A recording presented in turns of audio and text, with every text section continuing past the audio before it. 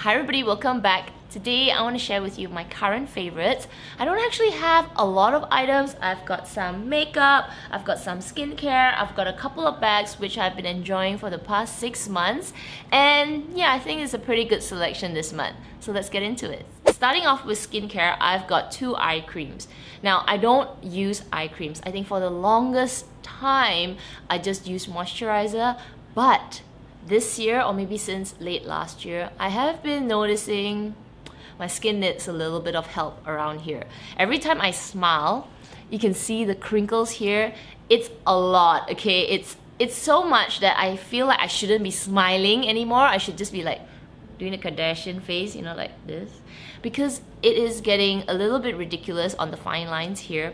Up to the point where, you know, when I put my concealer, the fine lines just sink into it. Yeah, I need some help, and I've got 2 eye creams which I use in the morning or during the day, and then at night something really rich. So the one that I have, I don't think you can get this in store. You can probably buy it on, you know, Amazon or eBay or even from their site. This is called Dr. Matte Christine Scramec Hydra Maximum Eye Fluid. It comes in a bottle like this, and it is in a pump style. This is really amazing. This is like a gel formula, and it's so liquidy that when you put it under your eye, it absorbs like a lotion. It's not creamy, and it's so good for the daytime. So I have been using this, and I do find that it keeps my under eye hydrated from the morning till the afternoon. And then at night, I go in with the Kiehl's Creamy Eye Treatment with Avocado. This stuff is super thick. I've used quite a bit of it already. I do find that if you have like a water-based lotion on your face and then you go in with this, it doesn't really mix very well. So your skincare has to be almost absorbed into the skin first before you go in with this. That will allow you to blend this cream under the eye. It is really super thick. I don't recommend using this during the day. I do use this at night, and in the morning, my skin around here feels really hydrated. Now the Skin In Tri-Like, it is a favorite this month because I do find that if I use this consistently, I do feel like my skin is a little bit more, I don't know, radiant during the day, and it just feels like it is healing. I don't really know how to explain this, but I have been using this every day again. I kind of stopped, I think, last month because the battery ran out, and I don't know, it's just something that I feel like it uses a lot of battery, and I'm so lazy to replace it. So I stopped using it, and then I kind of felt like, I spent a lot of money on it, so I decided to pull it out again. And I've been using it every night since then, and I do find that my skin looks a little bit more radiant. I can't tell you like the difference is like, you know, spectacular or it's like life-changing or I can see the difference immediately. It's really subtle. Like around here, I have a few freckles. I find that the freckles don't get darker, and my complexion just looks a little bit more radiant. I don't know if it's this item or in combination with the next item, which I'm going to talk about, but it could be, okay, it could be a combination of using this every night with the next skincare item. I find that my skin is a little bit more radiant. I have introduced Retin A into my skincare. This is really potent. I started off with retinol. I use retinol maybe 2 times a week. I just, use it on a day that I feel like my skin is rather hydrated. Then I'll use retinol, because if my skin is really dry and I use retinol, I find that the next day my skin reacts to it. But I've also introduced, the medical name is Tretinoin, and this brand is Retaxin. I don't know, I guess the more popular brand is Retin A. This stuff, guys, is not for the faint-hearted.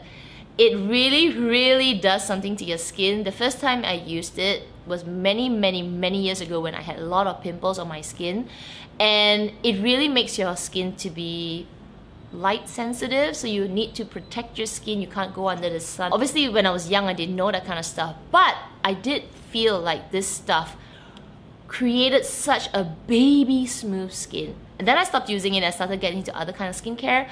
But lately, I have been reading that, Retin A or, Tretinoin cream is really good for wrinkles. And it is something that I have used before, and I do remember my skin being baby soft. So I have introduced this back into my skincare. but I only use this once a week, at most twice a week, and I use a really small amount, just like a little amount, like this, so little, and I put it very specific spaces, like maybe around my part here, which I've got a lot of open pores, around my skin, my chin. So the first week or two, I started to get a lot of bumps, but now it's kind of calmed down and my skin is slowly accepting it. It is really drying. So the first day I use it, let's say I use it on a Monday, then Tuesday, Wednesday, Thursday, I will be just hydrating my skin. I will be putting lots of moisturizers, lots of, hyaluronic acid, vitamin B, just to hydrate it back, because this stuff, like I said, is really potent.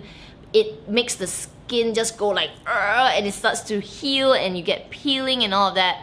Then by Saturday or maybe Friday, I would use it again. So I try to get it a little bit more frequent. I can't do more than that. I can't do every day yet. If I'm having a good skin week, I might pop in a retinol on a Wednesday or a Thursday. It really depends. I have to assess my skin on a daily basis to see how it's reacting. But yes, I have introduced Tretinoin. How many percent is this? Let me check. It's 0.05%, so it's pretty potent.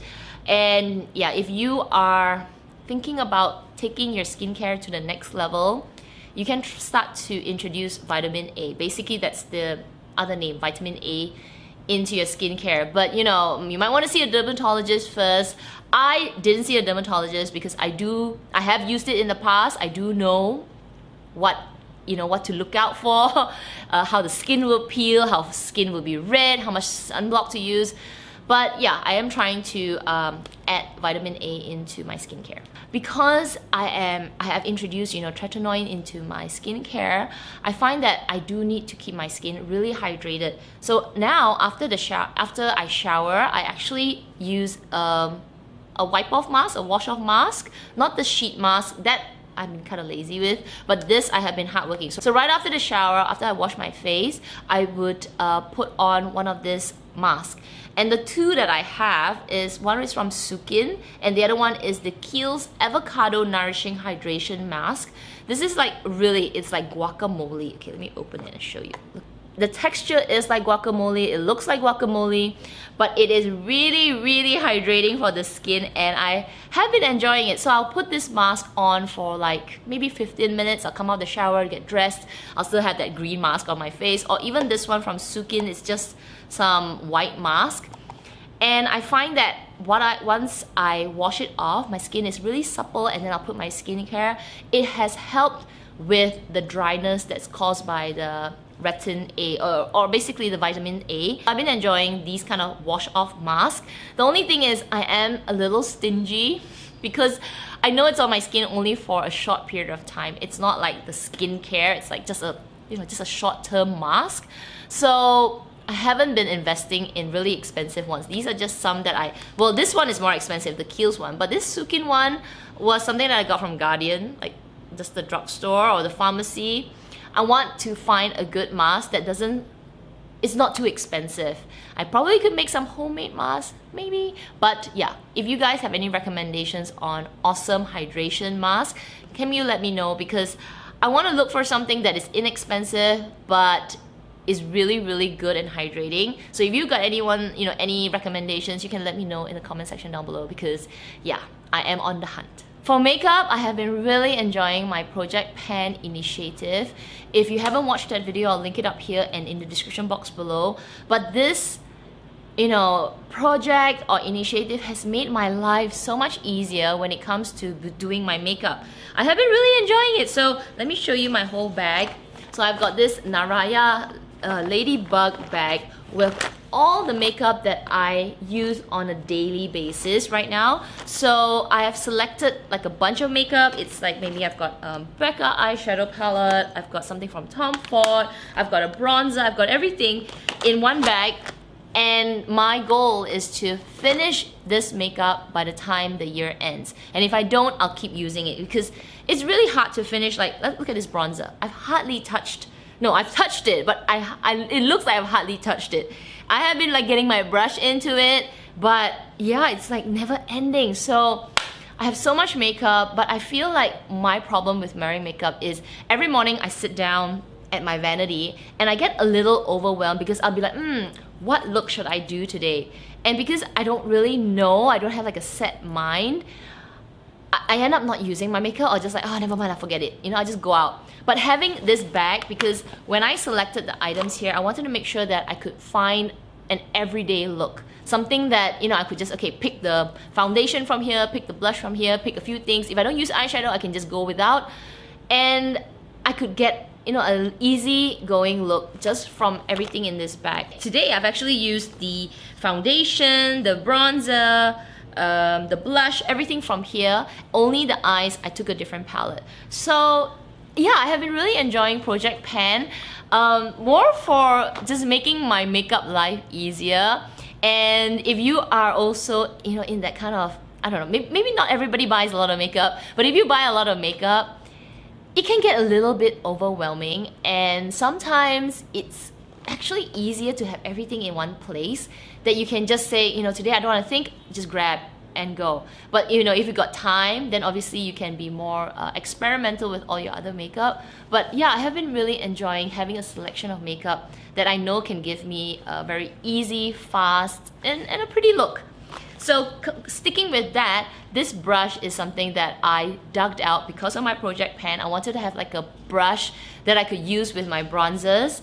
And this blush, this is the Sonia G Sculpt One brush. It's really big fan brush. It is super soft. It is super luxe, and it is the most awesome brush to put bronzer and to sculpt out the cheekbones. Like, ooh, I love this brush so much. It can get in the hairline, down the neck. It is so awesome. If you are looking for a bronzer brush that can also, you know, work as a contour brush, Sonia G, you need this. The other item that I've been really enjoying are big hair clips, just to be a little bit more presentable rather than just use my hairband. I am trying to grow out my hair. I know a lot of you in my last video said that, oh, my hair looks so good, how did you style it? Or, you know, it looks great styled. I swear I did not style it. All I did was blow my hair forward and I let it just fall to the side. But there are days that this is not going to be, it's like this, there are days they're like that, and I'm like, get it out my face. So I have been enjoying, let me just use it now, like this big hair clip. It's not for it's not for me to look gorgeous on camera. It's functional, okay? It serves a purpose. I could even pin it right in front here so that I can get this fringe out of my face, because I hate having hair poke around here. It annoys me. So this is a functional hair clip. I love it. I know it was really trendy last year. Is it still trendy? Can you guys tell me, is it still trendy? Big hair clips, the Chanel, the Gucci. Obviously I'm not gonna go to that route. This is like a $2 hair clip that I got from some random shop in Singapore. I was like, yes, I need it. And finally, the two bags that I have been using this past month. This is the two bags. This Oroton tote and my toolbox. The toolbox is currently being used as my work bag right now. You have to watch my 2020 fashion resolutions. I posted it, today's what day? Today's Tuesday, I posted it today. And my goal is to rotate my bags every week. That is, I kind of failed in the first one. I forgot to rotate it yesterday, so I'm using that bag for 2 weeks. But I'll rotate it on Sunday. Can't talk today. The other bag that I have been really enjoying is actually this tote bag. This tote bag from Oroton. It is just, just a simple tote. It's cinched in here. It's probably about the same size as my Foray La Page. It has a magnetic clip to keep it cinched in, but basically it's just a basic tote, a big hole, but not a big black hole. It is a beige hole, which I actually really like because I can see everything in the bag. Oh, I've got some money in there. Yeah. It's really light. Like, I could hold it with one finger. It's so light, so good. It smells like great quality leather. I bought it at a super discount. This was like 1,000, I want to say 3,000 or 400 ringgit, but I got it like for 500 150 ringgit. So a really good discount. Oroton in Malaysia or Oroton in KL was, I don't know whether they were going out of sale or going out of business or moving out or renovating, I don't know, but basically the whole store was having sale on sale. So this was like 30% and then another 30%. So I got it on a really good discount and it's turning me into a tote girl. I think ever since I got my Foray Lepage, I suddenly saw the light on what tote bags could bring to your life. Then when I saw this, I wasn't really wanting to buy another bag, but because it was so discounted, I was like, alright lah, since I'm gonna enjoy it. So I have been really using it. I'm like not even babying it, just carrying it around, and it's worked out so well. I was kind of worried that this would not, hold this singed part here, but no, I've carried so many things up to the point where it was a little bit too heavy. I was like, my shoulder hurts. So yeah, I've been enjoying this bag, and obviously my Toolbox is another awesome bag that I really enjoy. I know a lot of you have asked me whether I still love my Toolbox 26 because I need quite a bit of space in my bags, because I carry my passport, I got 2 phones, I've got a pretty big wallet, I've got stuff, and I want a bit of space. The Toolbox 26 gives me that, but in all honesty, this is a heavy bag. This is very large, it's very boxy, it's weighty. If I like roll up my sleeve, you can see my biceps like coming out like, it is heavy, and it's not a bag that you might like if you are not in the market for a big heavy bag. It comes with the plus side, you've got space, you've got lots of space. I do think that Swift leather is also a heavier leather, which is why it slouches. But I really love this bag. I feel like I love Swift leather. Actually I love Swift leather. I love how it feels. I have used this bag so much. I don't baby it. When I say I'm a monster with my bag, this bag really sees the monster in me. It's like, yeah, I just hold it, I just hold it by one handle. I'm at the point where I don't care if I want to say this, I don't want to say, I don't care if I damage this bag. I feel like this is my toolbox. It needs to be used, and I really use it. I'm gonna admit it, I use and abuse this bag. I use and abuse my Toolbox, I use and abuse my Oroton bag. There are some bags that I say I'm a monster with, but I'm not really a monster with. Those are like my Chanel bags where I say, oh, I'm a monster, but I'm not really a monster. Those bags are like really baby. This one, I admit it, full disclosure, I'm a monster with it, okay? It's like, bish, bish, and it's held up so freaking well. Swift leather, guys, don't be afraid of it. Like when I first saw this bag and I touched it, I was like, oh, smooth, I love it. And I was kind of afraid I would get scratches in it. No, I'm telling you, this bag has held up so freaking well. In fact, it's like, there's no scratches. I don't know where the scratches are. Either they melted into the Swift leather. It's amazing, okay? I can go on and on about Swift leather. The downside, I feel, is that it's a heavier leather. It's probably a slouchy leather. So if you were thinking of getting a Birkin in Swift leather, you might have to, I don't know, you might have to accept the fact that the bag will really slouch and it won't hold its shape. So you will need to have a bag organizer. But if you touch it, okay, if you touch Swift leather. So those are my current favorites. I hope you guys enjoyed this video. If you did, it would mean so much to me if you give me a thumbs up somewhere around here. Make sure you subscribe, click that notification bell as well. Otherwise, you guys take care, and I'll see you in my next video, which is right after this, because I'm going to be wearing the same thing. I've got another video to film. So you guys, I will see you then. Bye.